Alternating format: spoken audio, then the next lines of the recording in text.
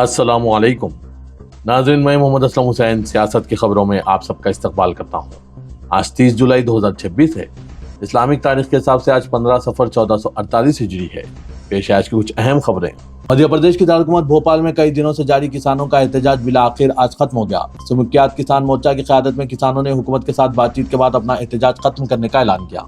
हुकूमत ने इन्हें मूंग की MSP खरीदारी में इजाफा, खाद की तकसीम के लिए टोकन सिस्टम को फौरी तौर पर खत्म करने और दीगर मुतालबात पर मुस्बित कार्रवाई करने का यकीन दिलाया, जिसके बाद किसानों ने अपना एहतजाज वापस लेने का फैसला किया। एहतजाज की जड़ मूंग की दाल की MSP खरीदारी थी। किसानों ने बताया कि इस साल रिकॉर्ड पैदावार के बावजूद हुकूमत महदूद मकदार में खरीदारी कर रही है। इससे किसानों की एक बड़ी तादाद को अपनी पैदावार कम कीमत पर मार्केट में फरोख्त करने पर मजबूर होना पड़ा। आज जुमेरात की सुबह से बिहार के बानकीपुरा असेंबली हल्का, मध्य प्रदेश के दतिया और गुजरात के मुंजलपुर के ज़मीनी इंतखाबात के लिए वोटिंग का आगाज हो गया है। तीनों रियासतों के नामजद पोलिंग स्टेशनों पर पोलिंग सुबह 7 बजे से जारी है। वोटों की गिनती 3 अगस्त को होगी। पटना में बीजेपी के रुकने पार्लियामेंट विवेक ठाकुर और senior BJP leader CP Thakur ने बानकीपुर असेंबली हल्के के तहत डाक बंगला चौराहा रोड पर वाक़ Bihar state library polling station में अपना वोट डाला। वोट डालने के बाद ANI से बात करते हुए विवेक ठाकुर ने बानकीपुर में बीजेपी की फैसलाकुन जीत पर एतमाद जाहिर किया।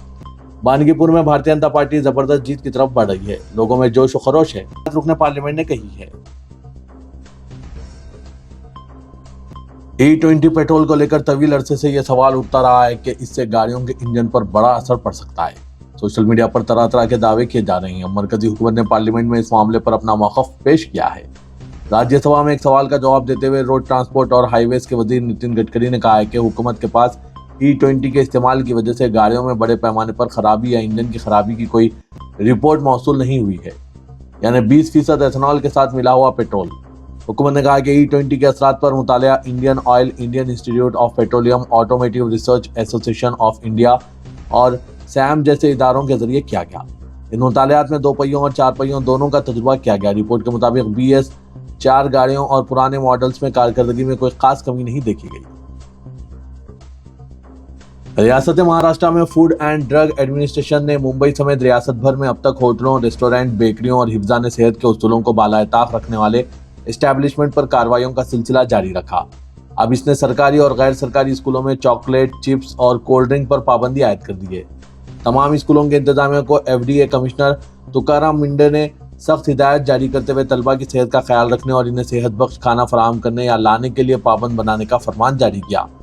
FDA की कार्रवाइयों के असबाब और तफसीलात फराहम करने के दौरान कमिश्नर तुकाराम ने कहा कि स्कूलों के तलबा की सेहत के साथ भी खिलवाड़ किया जा रहा है। इस पर भी रोक लगाना जरूरी है। इसलिए हमने तमाम स्कूलों, जिनमें सरकारी, इमदादी और निजी सभी स्कूल शामिल है, इसके इंतजामिया को हिफ्ज़ान सेहत के उसूलों पर सख्ती से अमल करने का फरमान जारी किया है। कमिश्नर ने रियासत के तमाम स्कूलों को हिदायत दी है कि वो स्कूल के अहाते में या इसके अतराफ चॉकलेट, चिप्स, कोल्ड ड्रिंक्स और खाने पीने की दीगर मुज़र सेहत अशिया की फरोख्त पर मुकम्मल पाबंदी आयद कर दें। रियासत महाराष्ट्र में इस तरह की पाबंदी पर आपकी क्या राय है? क्या इस तरह की पाबंदी आपके रियासतों में भी होनी चाहिए? कमेंट के जरिए जरूर बताइएगा। जंतर मंतर पर एहतजाज के दौरान 20 जुलाई को पार्लियामेंट मार्च के मौके पर दिल्ली की सड़कों पर तलबा के खिलाफ पुलिस के जालिमाना तशद्दुद के लिए राहुल गांधी ने वज़ीर दाखिला अमित शाह को जिम्मेदार ठहराते हुए इनके इस्तीफे की मांग की है। उन्होंने कहा कि या तो अमित शाह ने तलबा पर पैलेट गन चलाने और कील लगी लाठियों से मारने का हुक्म दिया था, या फिर इन्हें इसकी कोई इत्तला नहीं थी। अगर उन्होंने हुक्म दिया है तो वो कसूरवार हैं, और अगर इन्हें मालूम ही नहीं था तो वो इस ओहदे के लिए नाअहल हैं। इन्हें फौरन इस्तीफा दे देना चाहिए। नाज़रीन, इस पर भी आपकी क्या राय है? क्या वाकई अमित शाह को इस्तीफा देना चाहिए? अपने ख्यालात कमेंट के जरिए जरूर बताइएगा। दिल्ली पुलिस ने आईनी ओहदों पर फायज शख्सियात के खिलाफ काबिल एतराज और नाज़िबा तबसरे वाले पोस्ट को लेकर सोशल मीडिया प्लेटफॉर्म X को एक नोटिस भेजा है। पुलिस ने ऐसी पोस्टों के न सिर्फ फौरी तौर पर डिलीट करने को कहा है, बल्कि इनसे मुताल्लिका अकाउंट होल्डर्स का नाम और पता समेत दीगर तमाम जरूरी तफसीलात भी मांगी है। इत्तलात है कि इस सिलसिले में दिल्ली पुलिस ने FIR भी दर्ज की है। रिपोर्ट्स के मुताबिक दिल्ली पुलिस ने सोशल मीडिया प्लेटफॉर्म पर नाज़िबा तबसरों के खिलाफ शिकायत मिलने के बाद यह कदम उठाया। बॉलीवुड अदाकारा और बीजेपी रुकने पार्लियामेंट कंगना रनावत एक बार फिर अपने बयान की वजह से बुरी तरह फंस गई है। उन्होंने जेनजी मुजाहिरीन को जिस तरह से निशाना बनाया, इस पर गुज़िश्ता चंद दिनों के दौरान इंस्टाग्राम, X और यूट्यूब पर सैकड़ों रील, शॉर्ट्स, तबसरे और तज्जियाती वीडियो सामने आए हैं, जिनमें कंगना के मौक़िफ़ को मुख्तलिफ जावियों से परखा गया है। कंगना के बयान के जवाब में सबसे नुमायां रद्दअमल जेनजी इन्फ्लुएंसर्स की जानिब से सामने आया। मुतअद्दिद नौजवान क्रिएटर्स ने मुख्तसर वीडियोस, यूट्यूब शॉर्ट्स और इंस्टाग्राम रील्स के जरिए अदाकारा के उमूमी तबसरों को आदतशुमार और अवामी रिकॉर्ड की बुनियाद पर चैलेंज करना शुरू किया।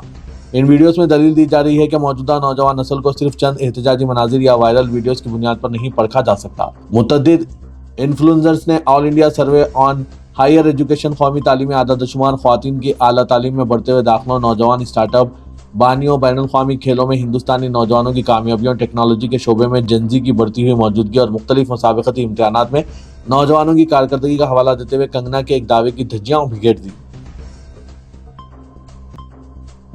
कॉकरोच जनता पार्टी के बानी अभिजीत दीपिका ने वज़ीर-ए-आज़म नरेंद्र मोदी पर तंज करते हुए कहा है कि इन्हें वज़ारत उज़्मा का ओहदा छोड़कर इन्फ्लुएंसर बन जाना चाहिए।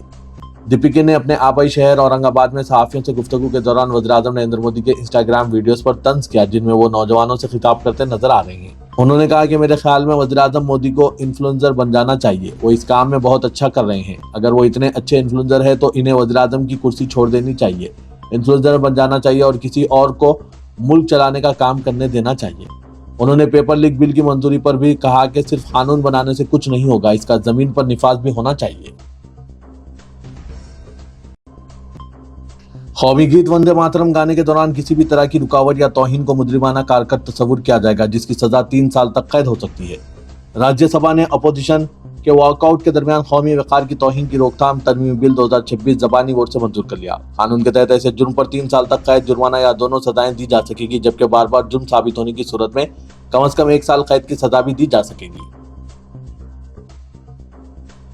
बॉम्बे हाईकोर्ट ने अपने एक अहम फैसले में बाबरी मस्जिद इन्हदाम की तनकीद करने पर एसडीपीआई के 2 कारकुनों को शहर बदर करने के हुक्म को मनसूख करते हुए कहा कि यह मुल्क मुखालिफ नजरिया नहीं। जस्टिस माधव जमेदार ने मुशाहिदा किया कि मुख्तलिफ सियासी जमातों के एहतजाज में महज इन 2 अफराद के खिलाफ शहर बदर का हुक्म कानूनी तौर पर पायदार नहीं। अदालत ने ज़बानी मुशाहिदे में कहा कि ये कार्रवाई चुनकर की गई और यह दरख्वास्त गुजार के मजहब से मुतासिर नजर आती है, जिनका ताल्लुक मुस्लिम कम्युनिटी से है। फाजिल जज ने कहा कि एफआईआर तमाम सियासी जमातों के खिलाफ है, लेकिन इन दरख्वास्त गुजारों को अलग थलग कर दिया गया है। पार्लियामेंट में पेपर लीक से मुतालिक बिल की मुखालिफत करते हुए कुल हिंद मजलिस इत्तेहादुल मुस्लिमीन के सरबराह सऊदी नवीसी ने कहा कि 2024 में नीट पेपर लीक के बाद वज़ीर-ए-आज़म ने राधाकृष्णन आला सतही कमेटी की तश्कील दी, मगर इसकी रिपोर्ट कहाँ गई किसी को नहीं पता। अब वज़ीर-ए-आज़म ने टास्क फोर्स बनाई है। उन्होंने कहा कि इस बिल में एक कमी है कि जब भी पेपर लीक हुआ और बिल बने तो इसमें लिखा जाना चाहिए कि जहां भी नौजवान मिले इस पर लाठीचार्ज होना चाहिए और यह भी लिखा होना चाहिए कि वज़ीर-ए-आज़म अपना वीडियो बनाकर डाल दें। उन्होंने कहा कि मैं इन नौजवानों के साथ इज़हार एकानगत के लिए खड़ा हूं जो तालीम और नौकरी के ताल्लुक से हुकूमत से उम्मीद खो चुके हैं।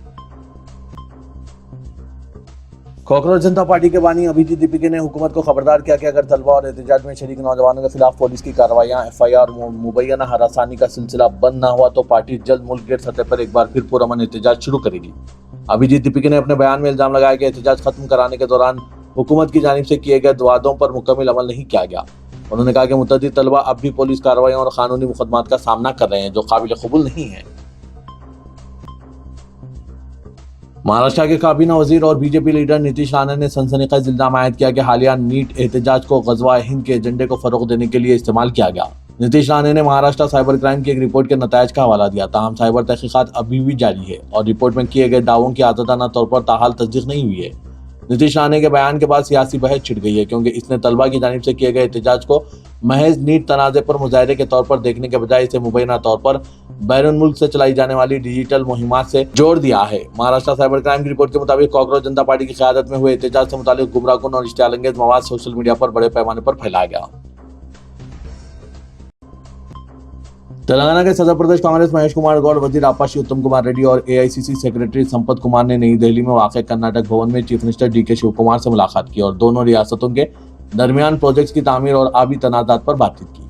उत्तम कुमार रेड्डी ने तंगाभद्रा और कृष्णा नदी के पानी की तकसीम के मसले पर दोनों रियासतों के वज़रा और ओहदेदारों के दरमियान इजलास की तजवीज़ पेश की। उन्होंने आबी तनाज़े की यकसोई की सूरत में तेलंगाना के कई अजला में आपाशी और पीने के पानी की सरबराही से वाकिफ करवाया। डीके शिव कुमार ने तयक़ुन दिया कि वह जल्द ही दोनों रियासतों के दरमियान इजलास की मुसाई करेंगे ताकि प्रोजेक्ट्स की तामीर और आबी तनाज़े को हल किया जाए। Hyderabad city police commissioner VC Sajjanar ने इंस्पेक्टरान के तबादले करने के अहकाम जारी कर दिए, जिसके मुताबिक एम मुत्तू यादव राजेंद्र नगर एसएचओ का तबादला जुबली हिल्स एसएचओ की हैसियत से किया गया। R Venkatesh task force Golconda zone का तबादला Rajendra Nagar SHO Sheikh Mujibur Rahman CCS DD का तबादला एसएचओ ट्रैफिक सैदाबाद किया गया। के चंद्रशेखर एसबी का तबादला एसएचओ मादनापेट पीएस किया गया। मोहम्मद हफीजुद्दीन डीआई अंबरपेट का तबादला करते हुए एसएचओ बहादुरपुरा मुकर्रर किया गया है। के Venkat Reddy task force Shamshabad zone का तबादला करते हुए एसएचओ मलकपेट किया गया, जबकि यू श्रीनिवासुलु रेड्डी एसएचओ जुबली हिल्स को एक खातून की शिकायत जिसमें हरासानी का इल्जाम आयद किया गया था, इन्हें एफआईआर पे रखा गया है।